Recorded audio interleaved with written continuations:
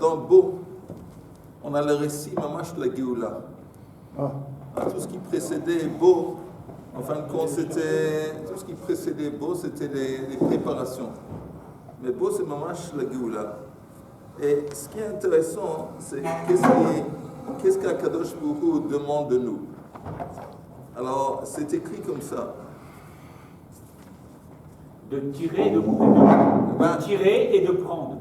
Ah, c'est ça? C'est ça? Oh, le grand esprit se retrouve. C'est écrit, Vayikra Moshe, לכל זקני ישראל ויאמר עליהם משכו וקחו לכם צום למשפחותיכם ושחטו הפסח. La vérité, on aurait pu se priver apparemment à première vue du mot mishku.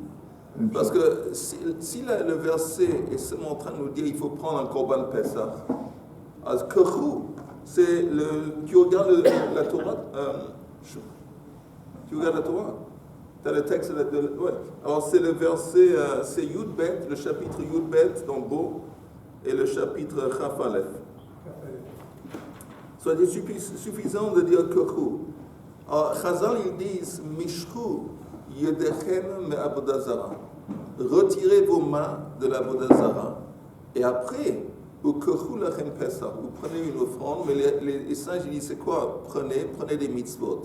Donc retirez-vous de l'avodah zara et et faites maintenant keru mitzvot.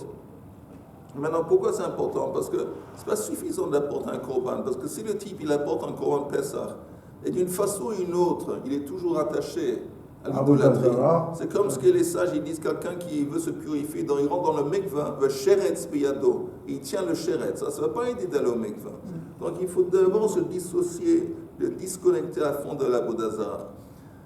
Et ça rappelle un petit peu le premier juif, Abraham Avinu, qui a commencé sa carrière en faisant quoi? D'abord, il a brisé les idoles dans le magasin de son père, il a tout brisé. Après, il a rencontré Akadosh Baruch Hu, il a fait sa volonté, mais d'abord, comprendre que tout ça, c'est... Il a tout enlevé d'abord. Voilà, tout ça que l'idolâtrie... Il a fait le grand geste avant de... Mais ça, c'est très important. Dans ma Masechet Megillah, il y a... C'est faisant table rase. Oui. Ils ont dit la Chachamim. Dans Masechet Megillah, on parle de Mordechai HaYehudi. On l'appelle Mordechai Yehudi. Et les sages, ils disent qu'en fin de compte, Mordechai, il ne vient pas.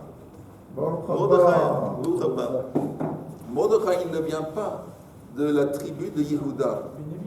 Oui, il devient le Bénim. Alors, si c'est comme ça, pourquoi on l'appelle Yehudi, Mordechai Yehudi? Alors, Rabbi Yochanan dans la Gemara, il dit, parce que Mordechai kafar b'avodah zara. Il a répugné l'avodah zara. Et n'importe qui répugne l'idolâtrie, c'est un Yehudi. C'est ce qu'ils disent les sages. Alors maintenant, on a deux sens de base. Qu'est-ce que c'est Yehudi? Un, Misheshekofer b'avodah zara. Et deux, Yehudi dans le sens du pshat, de lehodot, reconnaissance. Reconnaître qu'Akadosh Baruch Hu c'est lui le maître et donc faire sa volonté. Donc on a essayé, et en quelque sorte, ça revient à ça. Mishru kechu. Mishru, ça veut dire tu te disconnectes de l'idolâtrie, c'est kofer b'avodah zara. Ou kechu, tu reconnais, dans l'autre sens de Yehudi, tu reconnais qu'Hachem c'est lui le boss, tu fais sa volonté, ça c'est, donc tu prends des mitzvot. Mais ça, de notre part, c'était une condition de base pour participer à la Géoula. Et ce qui est intéressant, c'est le verset qui suit, où le kartem agudat ezov, où tevaltem badam asher basaf vihigatem el amashkof el shtei amezuzot, min adam asher basaf atem lo teitsu ish mi petach beito ad boker. La Torah nous dit qu'il fallait mettre le sang, et elle précise sur les mezuzot et sur le mashkof. Le mashkof, c'est comment on appelle? Le linteau. Et la question, c'est pourquoi? Parce que dans quelques versets précédents, c'est écrit qu'Adam ilachem le'ot. Le dam, et d'abord le dam, il était à l'intérieur. C'est écrit dans la Torah lachem. Rashi dit que le dam, il n'était pas comme les gens pensent, à l'extérieur de la maison. Il était à l'intérieur de la maison. Et le but du dam, c'était agir en tant que signe pour Am Yisraël les Juifs. Alors, si c'est un signe, pourquoi la Torah dit que c'est tellement important que ça soit sur une mezouza, sur l'autre mezouza et sur le linteau? Pourquoi? C'est suffisant de mettre un. J'ai un signe. Je ne sais pas, ça me rappelle quelque chose, le son. Pourquoi 3? Mais il fait le tour de la maison, en fait. C'est bizarre. Et c'est tellement important. Bon, parce qu'à l'époque, quand les gens ne voulaient pas écrire le nom d'Hachem, alors, comme nous aujourd'hui, quand on veut faire une abréviation, on ne veut pas écrire tout le nom, on écrit quoi? 2 Yud. À 2 reprises, on fait 2 Yud, et normalement, 2 Yud, c'est comme Hachem, le nom d'Hachem. Et à l'époque, je ne sais pas exactement quand c'est à l'époque, avant combien de siècles c'était, la coutume c'était de mettre 3 Yud. Alors, c'est quoi ces 3 Yud? 3 Yud, c'est un Yud. Le Yud, en fin de compte, quand il mettait le morceau de peinture, pas la peinture, le morceau de sang, ça ressemblait un petit peu à un Yud. Donc, c'est comme s'il mettait un Yud sur une mezouza, un autre Yud et l'autre sur le linteau. Et Yud, ça symbolise l'éternité, parce que c'est Mitzumsam, c'est l'omik pachet. Le Yud, la lettre Yud, c'est un signe d'éternité. Le monde-ci, une mezouza, c'est Haolamazé. Ce monde-ci, quand il a été créé au début, il était censé d'être éternel. C'est seulement après la faute d'Adam et Chava que ce n'est plus éternel, mais c'était censé être éternel. L'autre Yud, c'est le monde à venir.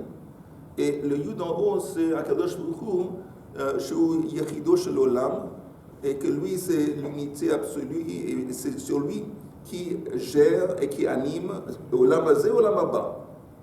Pourquoi ça, c'est aussi important? Pourquoi ça, c'est le signe que chaque juif devait mettre dans sa maison? Parce que c'est toute la différence au niveau des actions, au niveau du comportement. Si on aborde ce monde, on pense que c'est seulement ce monde qui existe. Alors, si c'est seulement ce monde qui existe, il n'y a pas le concept de monde à venir, il y a une expression, mange et on boit, comment on dit? Achol veshoto ki machat tamut. Comment on dit ça en français, Hilda?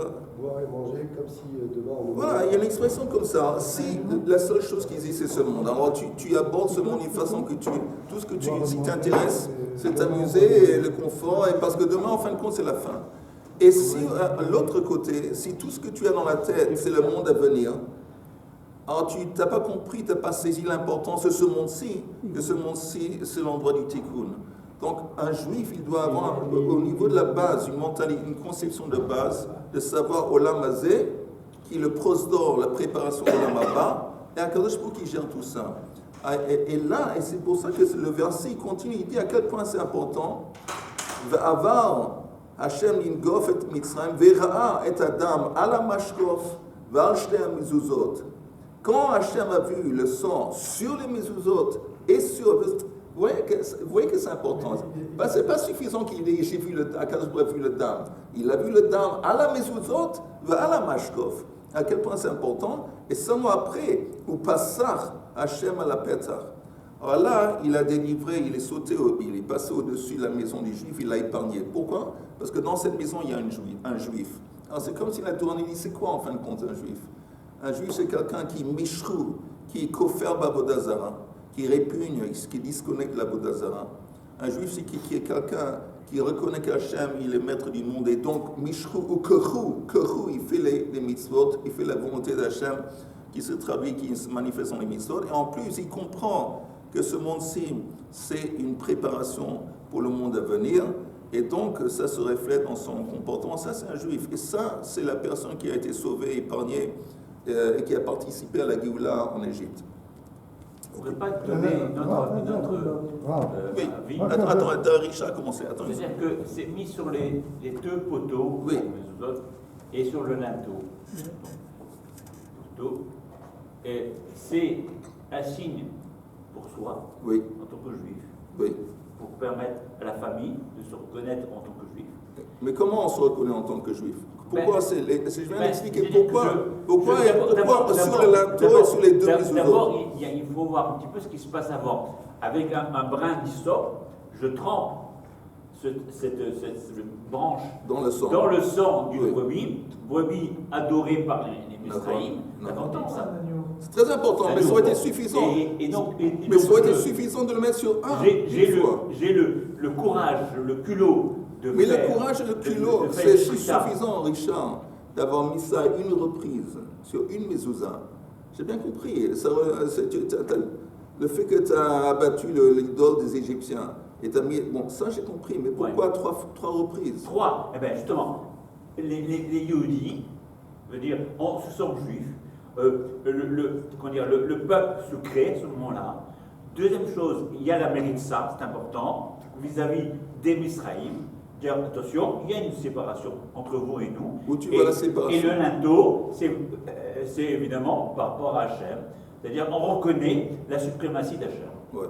Il a fait. Non? כבוד הרב, הקדוש ברוך הוא, il avait besoin d'un signe pour reconnaître Non, lui, il savait qui était dans la maison, mais il avait besoin de la part du juif, pour que le juif en question mérite à participer à la Géoula. Il avait besoin de mérites de base. Les mérites, c'est ça, Mishru, Kehu et le Dam à la Mezuzot. Ça, il avait besoin de ces mérites pour que Akadosh Baruch Hu, c'est pour le juif. Akadosh Baruch Hu sait que dans la maison il y a un juif. Mais il voulait épargner qui? Un Yehudi. C'est quoi un Yehudi? Un Yehudi, c'est quelqu'un qui se disconnecte, qui répugne la Vodazara. C'est quelqu'un, un Yehudi, c'est quelqu'un qui fait des mitzvot parce qu'il reconnaît qu'Hachem c'est le patron. Et un Yehudi, il comprend que ce monde, c'est simplement un lieu de préparation très important, mais néanmoins seulement un lieu de préparation pour le monde à venir, et ça, c'est le but. Voilà. Et le signe, le signe du sang, il était à l'intérieur. À l'intérieur. Et pourquoi pas à l'extérieur? Parce qu'à l'extérieur, pour qui c'était, encore une fois, pour qui? Akadosh n'aurait pas besoin de le voir. Oui. Les Égyptiens, ils ont compris, les Égyptiens, que l'on est en train d'abattre leurs choses parce que ça sentait la grillade partout en Égypte, parce qu'ils ont fait la grillade. Alors ils savaient ce qu'ils étaient en train. En plus, ils leur ont demandé qu'est-ce que vous êtes en train de faire. Le 10 Nissan, tout le monde est allé au marché acheter pour s'approprier une brebis. Ils leur ont demandé qu'est-ce que vous faites. Et les Juifs ont répondu, on va abattre cette brebis dans la mitzvah d'Hachem. Ils ont compris. Messieurs, dames. Allez, c'est bon. C'est pour ça que tu dis, viens, il faut la grillade avant le Seder. Oui. La veille. La veille. Témani aussi, pour ça. Les Témani aussi. Ah oui? Et nous, justement, on n'a pas le droit de faire la grillade. Si, la veille, on a le droit. À la veille, Il bon. parle de la veille, pas le jour du Seder. Ok. La veille. Bon, on n'a pas le droit de casser les os. Je crois. Pareil. C'est vrai que c'est une réalité. On faisait L'idée de l'unité, il y a quelque chose, je ne sais pas, c'est une bonne. Alors à cette époque, les Hébreux ils étaient mélangés avec les Égyptiens. La preuve, Hein, on il était fallait. bien mélangés. Il Hein. sort, non. Ça, c'était la base des problèmes. Ouais. La base C'est du pour ça problème. qu'il leur a dit d'aller demander des trucs. Bon, messieurs, des choses. Yoël est arrivé et c'est ainsi qu'on doit commencer à être sérieux. L'autre semaine, on s'est amusé comme ça, on s'est permis un petit peu d'être. Mais là, maintenant qu'il est venu, il faut être sérieux. Ça s'est bien passé. Bien fait. Ok, alors on est arrivé à, je pense, Sadik Vav Amoud Aleph. Oui. Et en haut de la page, il me semble, Mar Rabassi. C'est ça, je pense. Sadik Vav Amoud Aleph. Non, avant. La première ligne. Les Elohim Nishma. On a fait l'Inouïshma. Après, vous tu Oui, mais ça m'étonnerait que vous n'avez pas pris ça. C'est quoi ça? Ah, vous n'avez pas fait Elohim Nishmat, Avi Mori, Shimon ben Yitzhak, Yitzhak ben Shalom, Chaim ben Elisha, Gabriel ben Mesroud, Shlomo ben Yaakov, et Nissim ben Sarah. Shkoyach. Amar Rabasi. Shonin Kli Cheres. Shiuro Bekones Mashke. Amar Rabasi Shonin. On a appris, on a enseigné. Kli Cheres Shiuro Bekones Mashke. Un ustensile fait d'argile, qu'est-ce qui va lui changer de statut? Le moment qu'il y a un trou, qu'il est troué, un trou suffisant pour faire permettre au liquide qui est à l'extérieur de rentrer. Tu trempes ce cli, tu le mets dans un bassin d'eau, l'eau va rentrer. L'eau est suffisamment grande, il doit être plus grand que pour permettre l'eau de sortir. S'il y a un liquide dedans, alors tu as besoin d'un trou plus petit pour faire passer le liquide. Pour faire rentrer le liquide, apparemment, tu as besoin d'un trou un peu plus grand. Ça s'appelle Motsi Mashke. Elle a l'Inyan Gistera. Mais ça, ce critère qui fait que il est plus considéré comme un cli, c'est seulement, on avait dit, vis-à-vis de Gistera, Bilvad. Gistera, c'est un morceau brisé d'un cli qu'on utilise pour mettre en dessous d'un autre cli que lui-même est troué. Vous vous rappelez l'histoire? On a quelque chose, un cli, duquel par exemple il y a des gouttes d'huile qui tombent. On met un autre morceau de cli en dessous pour recevoir les gouttes qui descendent. Alors ce morceau, comme il sert à quelque chose, en dépit du fait qu'il est brisé, il est toujours considéré comme un cli. À condition qu'il n'y ait pas de trou. Voilà, à condition qu'il n'ait pas un trou. Mais s'il a un trou, quel genre de trou? Un trou qui permet au liquide de rentrer, alors il est disqualifié en tant que gistera, bilvad. Maïta Amar, quelle est la raison? La Gemara dit Amar Marzoutra Bereid Rab Nachman Lefi She'ein Omrim Have Gistera le Gistera. Personne ne dit apporte une gistera pour recevoir ce qui coule d'une gistera. Personne ne va dire apporte-moi un truc brisé d'un cli pour la chose brisée qui lui-même coule. On apporte un gistera, un morceau de cli qui est brisé, pour recevoir du liquide qui descend, qui coule, d'un cli. Un cli qui est peut-être un petit trou et qui ça coule. Alors tu apportes un morceau brisé d'un cli pour recevoir. Mais la chose elle-même qui est brisée, personne ne dit apporte un gistera pour la gistera qui coule. Ça on ne dit pas. Donc, il est disqualifié en tant que gistera. Ça ne veut pas dire qu'il peut être disqualifié pour d'autres choses. Mais il est Kéli, il est quand même considéré comme Kéli. Oui, tant qu'il a une utilisation, c'est un cli. En tant que gistera. Mais le moment qu'il a un trou qui est suffisamment grand pour faire entrer le liquide, c'est même pas un gistera. Alors moi je peux dire, Vas-y. je propose Propose. une gistera qui soit assez grande, que ça soit un Kéli à part entière. Mais ça veut dire quoi un cli à part entière? Il y a C'est un morceau, un gistera, c'est un morceau brisé d'un cli. Oui, il y a un vase qui s'est Oui, cassé. oui, disons la paroi. Et tout ce qui est en bas, Oui. il est resté intact. Tout s'est cassé, Ouais. mais c'est resté intact. Très bien. Donc c'est quelque chose qui peut supporter, ça fait comme une soucoupe. Alors je peux le mettre sous un pot, je peux Oui, faire- oui, c'est un absolument. Kéli à Tant part que ça a entière. une utilisation, c'est un cli. C'est un Kéli, Oui, oui. malgré que ce soit Oui, au c'est- départ quelque chose qui est ça, c'est une brisé. gistera, c'est un morceau brisé. Mais en dépit du fait qu'il est brisé, Il il peut est servir. toujours considéré comme un cli. Parce C'est qu'il ça. il est utilisable. Ah d'accord, on est d'accord. Voilà. On est d'accord. Et bien alors dans ce cas-là, Oui, c'est Gistera oui. qui peut servir à un autre A. Non, Un parce autre que Gistera. personne dit apporte un morceau brisé pour recevoir quelque chose qui coule d'un truc qui est brisé. Ça se dit pas. Le moment que ce truc de ce gistera qui lui-même est brisé, lui-même il est troué, c'est fini, dit la comédie. Parce que si tu apportes C'est un côté autre, pratique. enlève d'abord celui qui est brisé, pourquoi tu as besoin de l'intermédiaire? Mais enlève celui qui a un trou et mets le gistera qui n'a pas de trou. Pourquoi Oui. Ouais. Amaoula, Pligeiba, Treya Moraï, Ma'arab. En Israël, il y avait une machloket entre deux Amoraïm, Rabbi Yossé, Rabbi Avin, et Rabbi Yossé Bar Zavda. Chad Amar, Kemotsi Rimon, et Chad Amar, que Shoresh Katan. Il a dit que le trou qui fait basculer le statut de cli pour un ustensile d'argile, c'est un trou très grand qui fait passer une grenade. Même une grenade que tu mets dedans, il va passer par le trou, donc c'est un trou qui est très grand. Vechadama que Shoresh Katan, l'autre il dit que c'est un trou suffisamment grand pour qu'une racine, une petite racine, puisse passer à travers le trou. Donc c'est très très petit. Non mais c'est très différent surtout. Tout à fait différent. Avec Simaner, et pour savoir en fin de compte, pour reconnaître, repérer ces deux opinions, et on utilise ça, Echad Marbe ve Echad Mamit. Vous vous rappelez Echad Marbe ve Echad Mamit, d'où ça vient?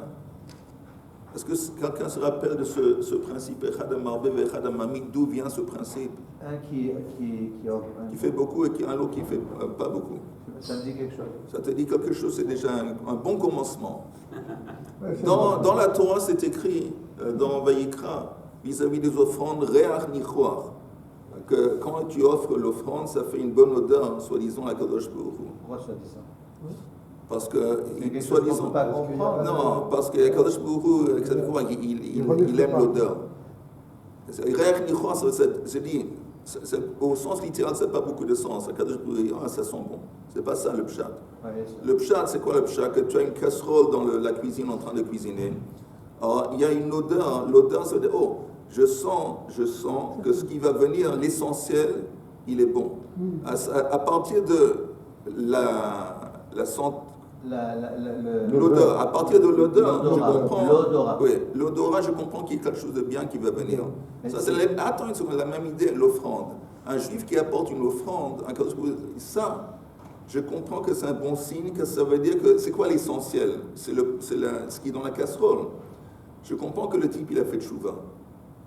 L'odeur, c'est quelque chose en quelque sorte qui est externel, c'est secondaire. L'odeur, ça me donne... Je comprends que dans ce qu'il y a dans le plat, c'est bon. La même chose, le korban, ça fait comprendre Kadosh Baruch Hu, que le type qui a apporté l'offrande, il a fait tchouva. Ça, c'est l'idée de cette expression Réach Nichoar. Mais quoi que ce soit, Réach Nichoar, ça apparaît que ce soit un korban qui consiste en un taureau, une vache, ou que ce soit un korban qui consiste d'un mouton, un bélier, une chèvre, des oiseaux et même un plat de mincha. Soumoul. Et à chaque fois, c'est écrit Réach Nichoar. Et de là, les sages ont déduit ce principe. Echad marbe vechad mamit ou bilvad shichaven et libo le shaman. C'est pas important en fin de compte si tu apportes beaucoup ou si tu apportes un petit peu. Ce qui importe, que le type il fait ça avec Kavana. Il fait ça, en plus il faut faire le maximum. Mais si on parle d'un type qui est capable d'apporter, il a assez d'argent et de moyens d'apporter un bélier, il apporte la soumoule. Alors c'est pas c'est pas bien. Mais si quelqu'un, son maximum qu'il peut faire, c'est apporter un plat de mincha. C'est pas important ce que tu as contribué. C'est comme la tzedaka. Quelqu'un il donne 1000 shekels, quelqu'un il donne 10 shekels. Mais si le type il donne 10 shekels, c'est le maximum qu'il peut donner. Dans les yeux d'Hachem, alors ici, on utilise cette expression simplement pour une façon de repérer les deux opinions dans Israël vis-à-vis du trou, la largeur du trou, qui va invalider le clé. Pourquoi? Parce que si vous regardez le Rashi qui dit vous voyez? Braïta, c'est une braïta. Et c'est un signe. Chez Echad Minamoraim riba le sha'er, begadol, shebe shloshtan, ve'echad memaet, le sha'er bekatan, shebe shloshtan. Que il a utilisé un signe qui est très grand, c'est quoi, un trou qui fait passer une grenade, et l'autre utilise un signe qui est très petit. Mais pas les signes au milieu. Velo Beinoni connaissent mashke ou motzi mashke. Veleke le miutei behen le inyan azraim. Bekitsour, on a le critère le plus grand, c'est un trou suffisamment grand pour faire passer une grenade. Où c'est que c'est écrit ça?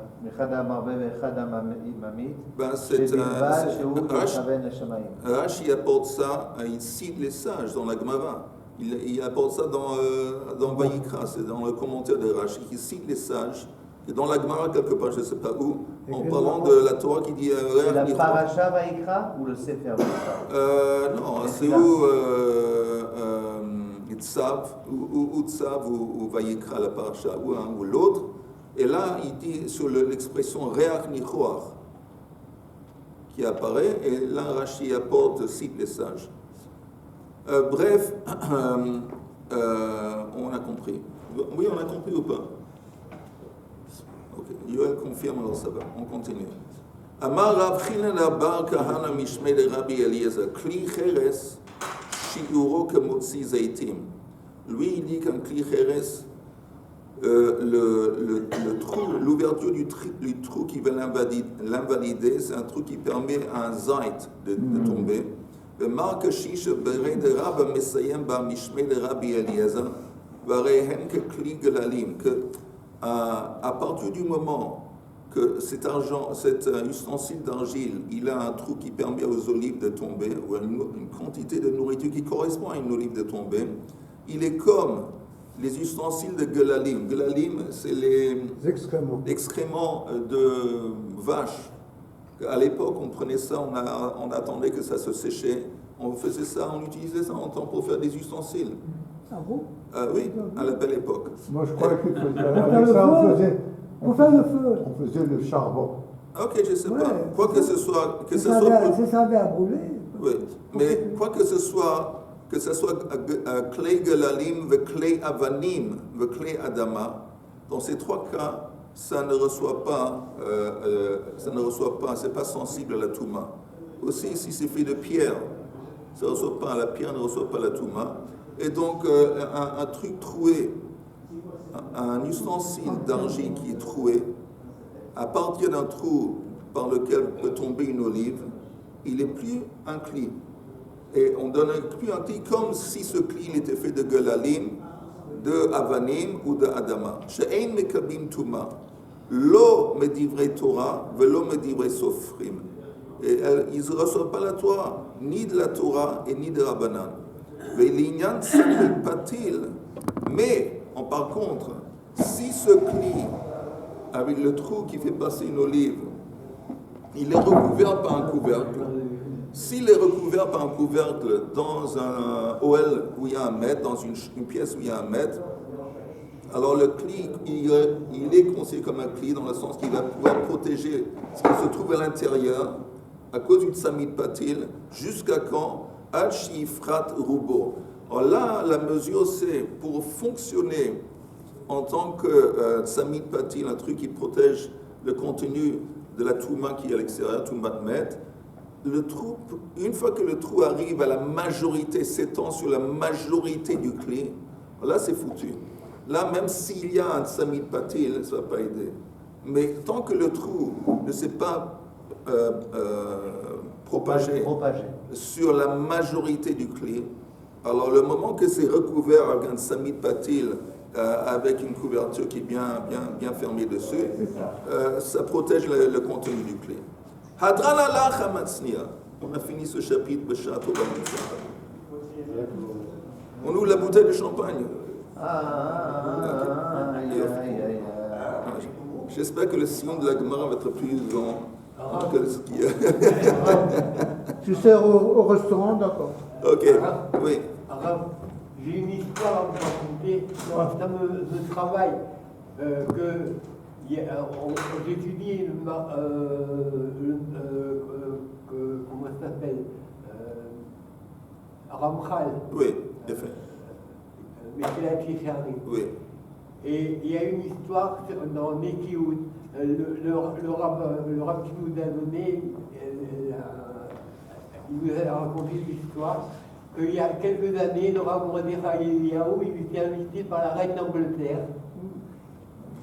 Et la reine d'Angleterre, il lui a donné la main, il ne lui a pas serré la main. Alors ça fait des histoires dans tous les journaux et tout le temps. Mais la reine d'Angleterre a dit, elle était en colère contre le protocole, parce qu'on aurait dû lui dire à elle avant, oui. Il ne sert pas la main. Intéressant. C'est intéressant, mais dis-moi, David, c'est intéressant, mais il y a un rapport avec ce qu'on a dit. Je voulais vous raconter. Ah, ok.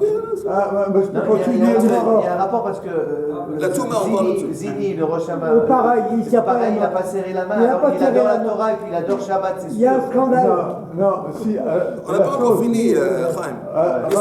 S'il avait serré la main, la rabbin ici, il aurait tout de suite éliminé, il n'aurait plus été rabbin. C'est pas vrai du tout. Si, non, Okay. En attendant, une nouvelle Mishnah. Oui. Vous y allez? On attaque la Mishnah, allez. Hazorek mereshut hayachid le reshut harabim. Mereshut harabim le reshut hayachid. Quelqu'un qui jette un projectile, un objet du domaine public, reshut harabim au yachid ou vice versa. Chayav. Mereshut hayachid. Ben c'est nouveau, c'est un nouveau truc parce qu'on n'a pas vu l'idée On de est au jeter. 11e chapitre. Ici, on parle de. Avant, on a vu de faire passer, de transmettre, de porter. Ici, on parle de jeter. Mereshut hayachid le reshut hayachid, vereshut harabim be'emsa. Si quelqu'un jette d'un reshut hayachid à un autre reshut hayachid, et au milieu, il y a reshut harabim. Ou le contraire. Alors là, il y a une machloket. Rabbi Akiva mechayev vechachamim potrin. Keitsa, donne-moi de quoi on parle. Shtei zustraot. Zustraot, c'est comme des balcons, par exemple. Deux balcons. Zouk negedzu. Donc il y a un balcon sur la façade d'une maison qui est reshut hayachid. L'autre qui est une autre maison de l'autre côté de la rue qui est reshut hayachid. Et au milieu, il y a la rue qui est apparemment reshut harabim. Ça laisse entendre que le projectile, le type il jette bien. Parce que pour que ça soit considéré comme un reshut harabim, ça doit être 16 amot, qui me semble, de largeur. Alors le type, il sait comment jeter apparemment. Mais Zouk Negedzu, Bereshut Harabim. Alors, qu'est-ce qui se passe? Moshit va zorek mizo lezo patour. Quelqu'un, c'est pas important s'il fait passer de main à main quelque chose, ou s'il jette, dans les deux cas, il n'y a pas de transgression midoraït, il patour, la sourd. Hayushtehen, tandis que Hayushtehen bediuta achat, si les deux balcons étaient placés sur la même maison, sur la même façade de la maison, une derrière l'autre. Dans ce cas, Hamoshit Chayav, si quelqu'un prend un objet d'un balcon et il le passe, ils ont une planche, il le passe à quelqu'un qui est dans le balcon derrière ou avant ou après, okay? Et ça passe au-dessus de reshut harabim. Alors là, il est chayav midoraita, tandis que s'il le jette, va zorek patur. Pourquoi cette distinction? Shekach haïta avodat leviim, parce que c'est basé sur la façon que les Lévim travaillaient dans le désert, dans la construction du Mishkan. On va en parler. C'est quoi le diota? Diota, c'est un coin. Un coin? Pardon, une façade, la façade. Mais diota, la façade, sur la même façade de la maison. Shekach haïta avodat levim, shtei agalot zu achar zu, bereshut harabim, moshitin akrashim mizu lezu, avelo zorkin. Vous entendez? Comment quand ils démontaient, quand les gens démontaient le Mishkan pour aller voyager, alors ils démontaient les Mishkan, il y avait surtout les krashim, il y avait les planches. Alors il y avait 4 agalotes, les Lévim, ils avaient 4 wagons, chariots. Alors il y avait 2 chariots comme ça, un à côté de l'autre, et derrière chaque chariot, il y avait un autre chariot. Alors, le type qui était en train de démonter, il passait ça à un chariot, aux Lévim qui étaient sur un chariot, et les gens qui étaient dans ce chariot, ils le passaient, ils le transmettaient au chariot derrière eux. Qui n'étaient pas dans le même reshut alors? Non, ils étaient tous en reshut harabim, les chariots. D'accord. Et tout ce que je dis, c'est que il passait pas. Il y a deux rangées de chariots, un ici, 2 chariots. Il passait pas d'un chariot à l'autre comme ça. Il passait d'un chariot à celui qui était derrière. Exactement. Le prolongement, celui qui était derrière. Alors, comme ça, c'était la façon qu'ils transportaient. C'est la façon normale de transporter dans le désert. Alors, c'est la même chose ici. Si tu fais passer quelque chose de droite à gauche, ils ont d'un côté de la rue à l'autre côté de la rue. La rue, c'est le reshut harabim, disons. C'est bon. C'est quoi, c'est bon? T'as pas transgressé. Voilà, t'as pas transgressé. Tandis que si tu fais passer d'un balcon sur la même façade, de l'autre côté, à côté, derrière, alors là, t'as transgressé. C'est la même pas quand façade, tu jettes. c'est derrière. J'ai le Mechila. Je suis le seul qui n'a pas compris. Comme La même toujours, façade, comme c'est toujours, derrière. Chaim. Mais moi, le Mechila, ça veut C'est dire. vrai, que non, là, je suis en train de réfléchir, je n'arrive pas à comprendre.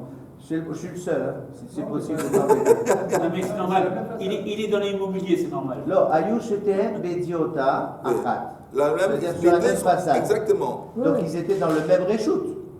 Non, parce que tu entends entre la façade, le mur il est large, il est grand, il s'étend sur Peu importe, quelques c'est dizaines. un immeuble. C'est le même immeuble. Le même immeuble, mais en dessous du balcon, il y a reshut harabim.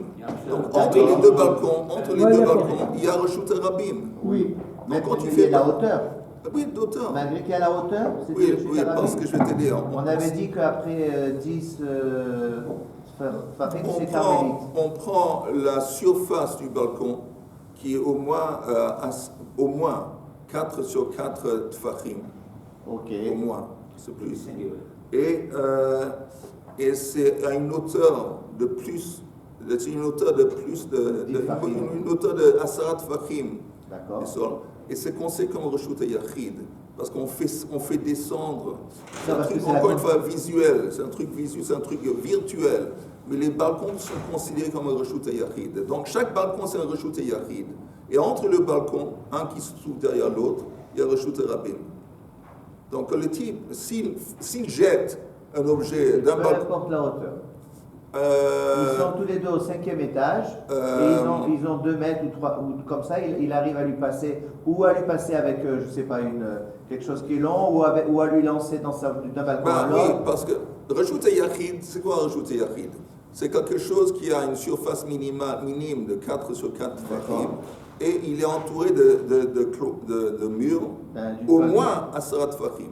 Donc ces balcons, ils doivent avoir une hauteur au moins de Asarat Le Tfachim. maquet.